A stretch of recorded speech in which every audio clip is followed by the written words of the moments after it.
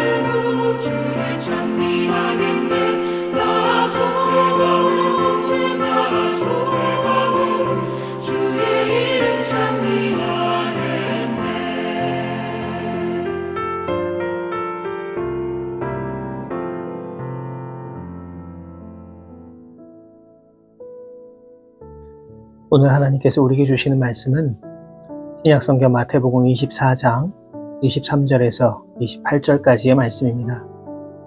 마태복음 24장 23절에서 28절까지의 말씀 제가 받들어 봉독하겠습니다. 그때에 사람이 너희에게 말하되 보라 그리스도가 여기 있다 혹은 적이 있다 하여도 믿지 말라. 거짓 그리스도들과 거짓 선지자들이 일어나 큰 표적과 기사를 보여 할 수만 있으면 택하신 자들도 미혹하리라. 보라, 내가 너희에게 미리 말하였노라. 그러면 사람들이 너희에게 말하되, 보라, 그리스도가 광야에 있다 하여도 나가지 말고, 보라, 골방에 있다 하여도 믿지 말라. 번개가 동편에서 나서 서편까지 번쩍임 같이 인자의 임함도 그러하리라. 주검이 있는 곳에는 독수리들이 모일 것이니라. 아멘. 오늘 본문의 앞선 내용을 보시면 예수님께서는 성전이 멸망할 것이다 말씀을 하십니다. 그리고 그 환난이 전에 보지 못한 아주 큰 환난이 될 것이다 라고 경고하셨습니다. 그리고 이어지는 오늘 본문을 통하여서 예수님께서는 지금 이 속이는 자에 대하여 말씀하고 계십니다. 역사를 보더라도 혼란의 때에는 어김없이 사람들의 마음을 훔치고 속이는 자들이 등장했음을 알 수 있습니다. 그렇기 때문에 오늘 본문을 통해 예수님께서는 자신을 그리스도라 또는 메시아라 속이는 자들이 나타날 것이고 이들에게 절대로 속으면 안 된다 당부하고 계십니다. 당시 유대인들은 메시아에 대한 아주 강력한 기대를 가지고 있었습니다. 어떤 이들은 메시아가 광야에서 나타날 것이다 믿었습니다. 그래서 유다라는 사람이 메시아 운동을 일으켰을 때에 사람들을 광야로 데리고 나갔다라고 하는 역사적 기록도 있습니다. 또 어떤 이들은 아무도 모르게 숨어 있을 것이다 이렇게 생각을 했습니다. 본문 26절에 그리스도가 광야에 있다 하여도 나가지 말고 보라 골방에 있다 하여도 믿지 말라라고 하는 말씀이 바로 이러한 배경에서 나온 말씀입니다. 이렇듯 유대인들은 이 메시아에 대한 나름의 기준을 가지고 기다렸습니다. 적어도 이 정도는 되어야 메시아가 될 수 있다 생각을 하였습니다. 그래서 자신들의 좁은 소견을 가지고 그런 기준에 맞는 사람이 나타나기를 기다렸습니다. 그러나 어떠합니까? 이 땅에 메시아로 오신 예수님은 우리의 기준에 맞출 수 있는 분이 아닙니다. 우리의 기준, 우리의 기대, 우리의 생각, 우리의 사상을 훨씬 더 뛰어넘는 분이십니다. 예수님은 우리의 생각으로 도저히 알 수 있는 분이 아닙니다. 그렇기 때문에 우리가 예수님을 바로 알려면 예수님에 대한 우리 나름의 기준을 버리고 예수님 앞에 온전히 서야만 합니다. 자신을 다 내려놓고 오직 예수님만 볼 수 있어야만 합니다. 바라기는 이 시간에 우리의 눈을 들어서 주님을 다시 바라보면서 나아갈 수 있으면 좋겠습니다. 우리의 작은 소견을 가지고 주님을 판단하고 바라보는 것이 아니라 모든 것을 다 주님께 맡기고 살아계신 주님을 늘 의지하며 바라보고 그렇게 나아갈 수 있는 우리 모든 성도 여러분 되시기를 주님의 이름으로 부탁을 드립니다. 예수님께서는 지금 이 경고의 말씀을 통해 본문 24절의 말씀처럼 큰 표적과 기사를 보여 할 수만 있으면 택하신 자들도 미혹하리라 말씀하고 계십니다. 무슨 말일까요? 큰 표적 혹은 기사를 일으키는 것만으로 미혹당하면 안 된다라고 하는 의미입니다.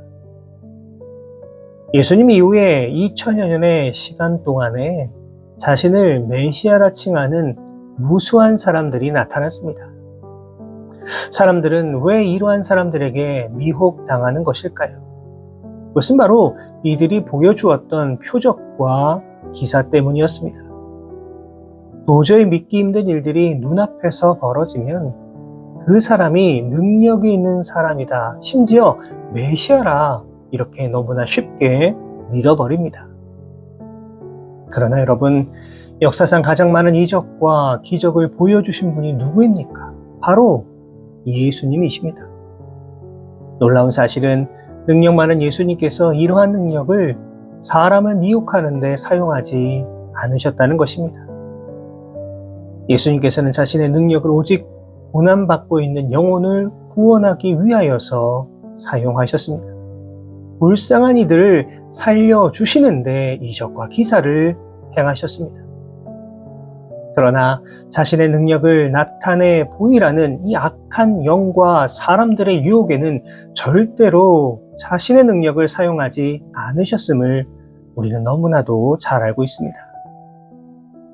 이처럼 하나님의 사람이냐 아니냐는 가지고 있는 능력의 유무에 달려있는 것이 아닙니다.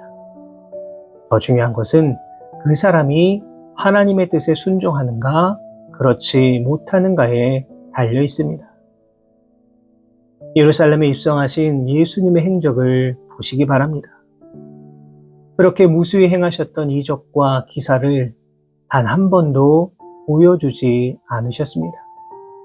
이유가 무엇입니까? 바로 하나님의 뜻에 순종하기 위해서였습니다. 이제 예수님께서 마지막으로 해야 할 일은 자신을 드러내는 것이 아니라 하나님의 뜻을 드러내는 것이었습니다. 그렇기 때문에 예수님께서는 십자가에서 모진 고통 당하시고 생을 마감하는 그 순간까지 하나님의 영광을 위해 살아가셨던 겁니다. 오늘 이 시대를 보더라도 자신을 메시아로 부르는 사람들이 많이 있습니다. 이들이 때로는 놀라운 이적과 기사를 보여주기도 합니다. 그러나 이런 것을 가지고 이러한 것들만을 보여주며 자신을 메시아로 칭하는 사람은 반드시 의심해야 합니다. 우리가 봐야 할 것은 겉으로 드러나는 일에 현혹되는 것이 아니라 정말로 그 사람이 하나님의 뜻에 순종하는가 거기에 더 집중해서 살펴볼 수 있어야 합니다. 그렇다면 하나님의 뜻에 순종하는 것이 무엇입니까? 어떤 모습을 보고 알 수 있겠습니까? 그것은 바로 예수님의 모습을 따라 살아가는 모습입니다. 예수님처럼 살아가는 겁니다. 오직 하나님의 영광을 위해서 살아가는 모습. 그것이 바로 하나님의 뜻에 따라 순종하며 살아가는 사람의 모습이라고 할 수가 있습니다. 사랑하는 모든 성도 여러분, 그렇다면 우리는 지금 어떤 삶을 살아가고 있습니까?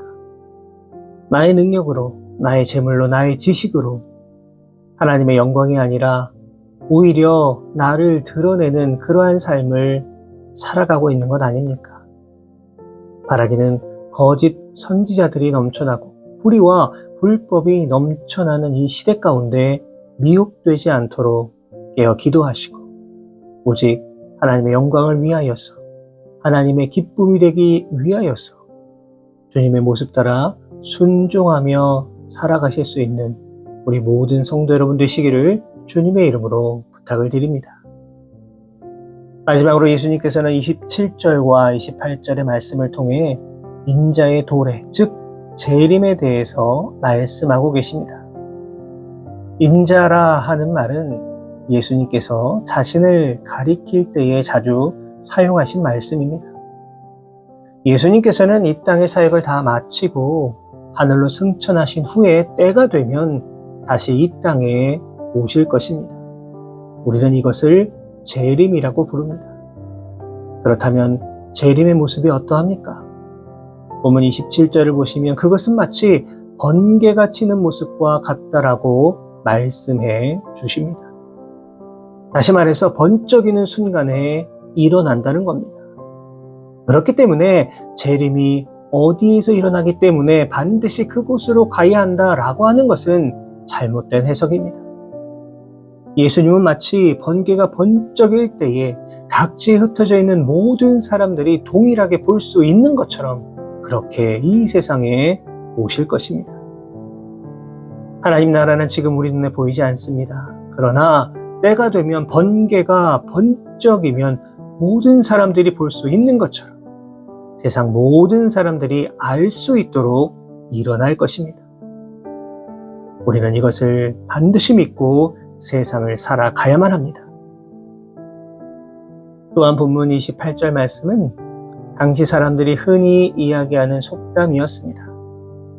들판에 시체가 있으면 순식간에 독수리들이 모이는 모습, 우리는 다큐멘터리와 같은 프로그램을 통해 자주 봅니다.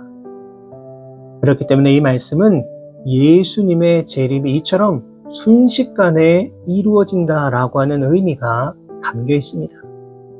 우왕좌왕할 겨를이 없이 우리가 처한 삶의 자리에서 예수님의 재림을 보게 된다는 것입니다. 사랑하는 우리 모든 성도 여러분, 이 시간 우리의 신앙을 다시금 돌아볼 수 있기를 원합니다. 정말로 예수님의 재림을 여러분 기대하고 계십니까? 아멘, 주 예수여 어서 오시옵소서. 마라나타의 그 믿음 정말 우리 안에 있습니까? 재림을 인정하고 믿고 기다린다라고 하는 것은 하나님의 창조를 인정하고 하나님의 주권을 믿는다는 의미라고 할 수가 있습니다. 재림을 믿는다는 것은 예수 그리스도의 구원을 믿는다라는 의미입니다. 재림을 믿는다는 것은 하나님 나라를 믿는다는 것입니다. 바라기는 여러분, 오늘 본문을 통하여서 예수님의 재림을 더 깊이 묵상하고 기다리면서 하나님의 그 놀라운 주권을 인정하면서 주님 앞에 한 걸음 더 나아가실 수 있는 저와 우리 모든 성도 여러분의 귀하고 복된 오늘 하루의 삶의 모습이 되실 수 있기를 주님의 이름으로 축원합니다. 기도하겠습니다. 참 좋으신 하나님 아버지, 은혜와 사랑에 감사를 드립니다. 오늘도 우리에게 소중한 하루 허락하여 주시고 주님께 예배함으로 하루를 시작할 수 있도록 인도해 주신 것 감사를 드립니다. 오늘 우리에게 허락하신 귀한 시간들을 축복하여 주셔서 우리가 어디에 있든지 무엇을 하든지 오직 주의 영광을 위하여 살아갈 수 있는 우리 모두가 되게 하여 주옵소서. 주신 말씀을 기억합니다. 나의 얕은 지식과 좁은 소견으로 주님을 판단하고 그렇게 규정하는 어리석음을 범하지 않게 인도해 주시고 온전히 다 모든 것을 주님께 맡기고 나아가는 그러한 인생들 되게 하여 주옵소서. 언제 주님께서 이 땅에 오시더라도 정말로 기쁜 마음으로 나아갈 수 있는 우리들의 모습 또한 되게 하여 주옵소서. 감사드리며 예수 그리스도의 이름으로 기도하옵나이다. 아멘.